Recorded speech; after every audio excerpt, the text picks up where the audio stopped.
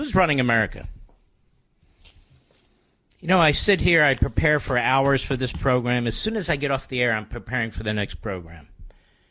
I'm going through the news, I'm going through books, doing research, preparing analysis. And right before the national anthem was just played, I thought to myself, who runs this country? You know who runs this country, Mr. Producer? Corporate media. It's not Silicon Valley. It's not Wall Street. Everybody's got it wrong. The most powerful individuals and organizations in this country are the American media, big corporate media. Why? They're protected by the First Amendment. They don't have to follow any rules. They are responsible for creating, quote unquote, the news. And with mass media and technology and communication, they're in our homes, they're in our cars, they're in our ears, they're on our cell phones, morning, noon, and night, telling us what to think, telling us what to believe, telling us who to believe, telling us who to dehumanize, telling us who to create, false impressions of as angels. And the corporate media in America are the most powerful entities in the country. Not the oil companies, not the pharmaceutical companies, not the social media platforms, not Silicon Valley, none of it. The corporate media, they're the most powerful. Virtually no regulations under the First Amendment. No accountability because of the First Amendment. No responsibility because of the First Amendment. They have no internal controls.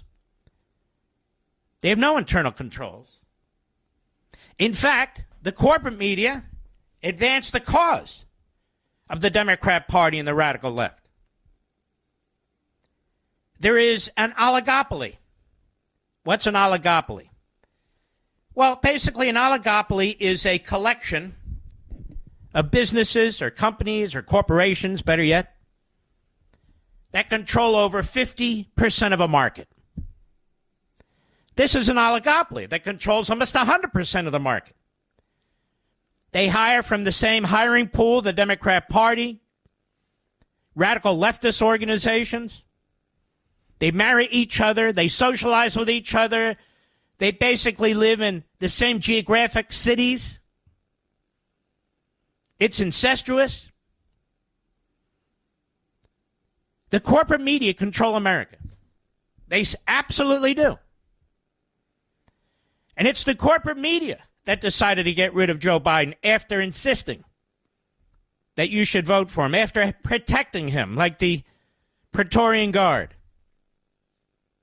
It's the corporate media that propagandizes 24/7, day in and day out, 365 days a year, that tells you who to like, who to dislike, who's Hitler, and who's Mahatma Gandhi.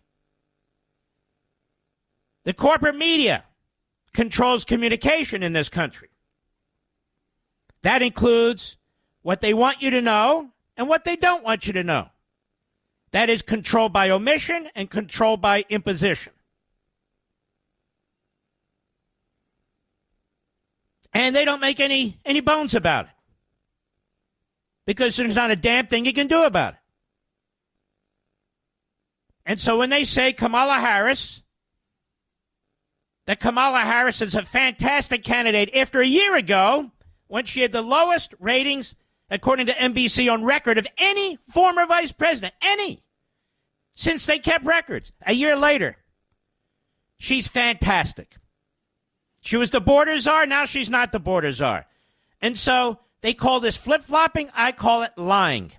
They were lying then and they're lying now. It's all about power. It's all about control. It's all about authoritarianism. Now, they're even going to have, let's see if I got this. Yes, from Mr. Producer. NBC kicks off virtual roll call vote, DNC, to formally nominate Kamala Harris for president, CBS News. Does this bother you? A virtual roll call vote? Everything is being done by the media and the Democrat Party to ensure that she's the nominee without challenge, without debate, without discussion, without anything, without votes. The Democrat Party began the formal vote to nominate Vice President Kamala Harris. Did any of you even know this? I just saw this. On Thursday, that's today, kicking off a virtual roll call that will cement her status as the party standard bearer heading into November. So now we have virtual roll call votes? The Republicans didn't do that. The Democratic National... And by the way, democracy, they're going to defend democracy. You don't even hear that anymore. You don't even hear it anymore. Because it's so preposterous and so absurd given what's just taken place. The coup, the stealing of an election from the primary voters in the Democrat Party and the independents. The replacement of a president, not by any democratic means whatsoever. By threats, by pressure, by bullying. And now we have a virtual roll call to nominate Kamala Harris. People aren't even in the same room to debate it, to discuss it, to challenge it. Everybody's at home. A virtual roll call means they're doing it over their computers.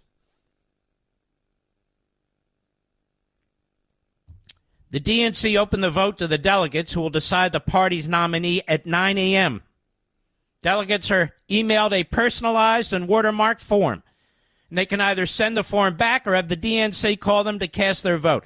Ballots are being sent on a rolling basis, and the process is expected to take several days, with the voting window closing at 6 p.m. on August 5. Monday. The DNC said it will share the full results of the roll call after it's completed, but it's unclear whether they will make an announcement when Harris passes the threshold needed to secure a majority of the 1,976 delegates. The outcome of the vote is not in doubt, given that Harris has the support and endorsement of nearly all the pledged Democratic delegates. Close to 3,900 delegates have indicated they support Harris through their signatures to get her on to the virtual ballot in the first place. Who voted for the delegates? Nobody. Now, the fact is, you have delegates. You vote for Biden-Harris, that ticket, which means they send their delegates to the convention, but the voters never voted for Harris-Biden or Harris for president. This is a completely fraudulent process, the whole damn thing. There's nothing democratic about it. It's all autocratic. They'll share the results with us, ladies and gentlemen. When she gets the majority at 1,976, they'll let us know about it. So they're going to have a convention. A convention for what? To put on a show. All the dirty work will have been done. It's all done. We've never seen anything like this. Yes, the outcome of the vote is not in doubt. Harris is slated to make history. Here we go. CBS. As the first black woman to be nominated for president in U.S. history, she quickly solidified her support after Biden announced he was dropping out of the race on July 21, and no other candidate emerged to challenge her candidacy in the wake of the president's decision. We know what took place. Now, look, the media and the Democrats can't keep talking about race, and then when people notice it and talk about race who disagree with Kamala Harris, say you're racist for talking about race, when the party of racism keeps talking about race. They keep talking about DEI. They put it in their executive orders. They put it in their federal contracts and grants. It's in most universities and colleges. The Democrat Party itself embraces it. And then when you notice it and you point it out, again, what are you doing? Trying to run a race on racism? And so here it is, the first black woman to be nominated. Nominated. but not in a democratic process. She's coronated. If they're going to write accurately, it should be the first black woman to be coronated as the Democrat nominee for president. Meanwhile, they say focus has turned to Harris's selection of a vice presidential running mate. She doesn't need to name her pick before the roll call vote ends, but sources tell CBS she can make her announcement by this coming Monday. And according to the media, true or false, the two frontrunners are Josh Shapiro of Pennsylvania and Mark Kelly of Arizona. Why? Why? Well, for Josh Shapiro, there's two reasons. One, he's the governor of Pennsylvania, and they're hoping that he'll drag Pennsylvania into the Kamala Harris bucket. But historically, it doesn't really work that way. And there's another reason, because he's Jewish. If she chooses him, it's because he's the governor of Pennsylvania and Jewish. Why? Because she's the most anti-Israel candidate for president or vice president in American history since the state of Israel was established. She's done more to provide propaganda air cover to Hamas in Gaza and to the Islamists in the United States. She's very close to this group CAIR, C-A-I-R, which is a Hamas front group. And Hamas is a terrorist organization for which Kamala Harris so far hasn't had to answer a damn thing. And so she figures, I have a Jewish husband and I'll have a Jewish running mate. So what?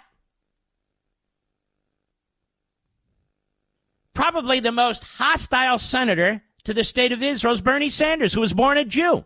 But he's a Marxist. So they hate Israel.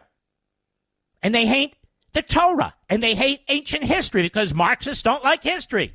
If you don't like history, you definitely don't like the Jews. Anthony Blinken is half Jewish. Hasn't he done a fantastic job? Schumer, I believe, is half Jewish, if not all Jewish. He's been stabbing Netanyahu and the government of Israel in the back left and right. They're all about power. But so what if her husband's Jewish? So what if Josh Shapiro's Jewish? It's Kamala Harris who seeks to be president of the United States. It's her record. It's her words that matter. But she's used to getting where she wants to go through appearances, that is, creating appearances through pseudo-events. Now, what if it's Mark Kelly of Arizona? Well, Mark Kelly of Arizona is sort of a moderate when it comes to the border. He's weak, very weak. But then she can hide behind him and say, see, I've picked this great guy for the border. It's all about creating an image. It's all about creating false narratives. I want to ask you a question.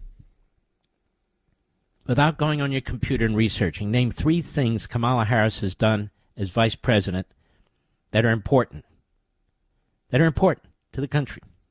You can't name one. Not one. Nothing. She hasn't led anything. She had her chance to be a star on the border, but she couldn't because she doesn't believe in illegal immigration as a matter of fact. She doesn't believe that illegal immigrants should be charged. She rejects ICE and the Border Patrol. That's what she has said. Now that she wants to be president, of course, she lies about her record, about her position, and all the rest.